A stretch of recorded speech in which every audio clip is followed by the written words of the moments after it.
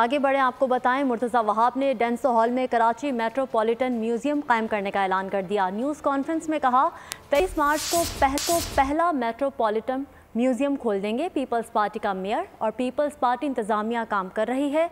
شہر میں سب کچھ ہے، پروپیگنڈا کیا جاتا ہے۔ مزید بولے 6 ماہ میں ٹیکس کے نظام کو مزید بہتر کریں گے۔ 6 ماہ میں 58 کروڑ کا ریونیو جمع کیا۔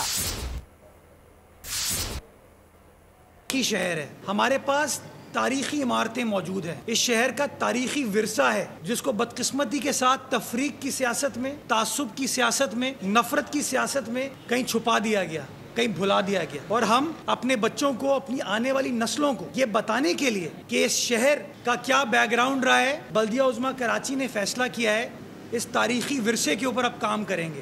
اور میں بتانا چاہوں گا کہ حالیہ اجلاس جو بلدیہ عظمیٰ کراچی کا منعقد ہوا تھا، اس اجلاس میں سٹی کاؤنسل نے پاکستان کے پہلے میٹروپولیٹن میوزیم کے قیام کی منظوری دی کہ اس 1886 کی تاریخی ڈینسو ہال کی عمارت کو ہم نے یہاں پر کراچی میٹروپولیٹن میوزیم کو قائم کرنے کا فیصلہ کیا ہے۔ اپنے ٹیکنیکل ایکسپرٹس کی مشاورت کے ساتھ، ان کی گائیڈنس کے ساتھ ہم نے کام شروع کر دیا ہے، اور ہمارا ٹارگٹ ہے انشاءاللہ کہ 23 مارچ 2024 تک پاکستان کے پہلے میٹروپولیٹن میوزیم کو، جس کا نام انشاءاللہ کراچی میٹروپولیٹن میوزیم ہوگا، اس کو پبلک کے لیے ہم کھولیں گے۔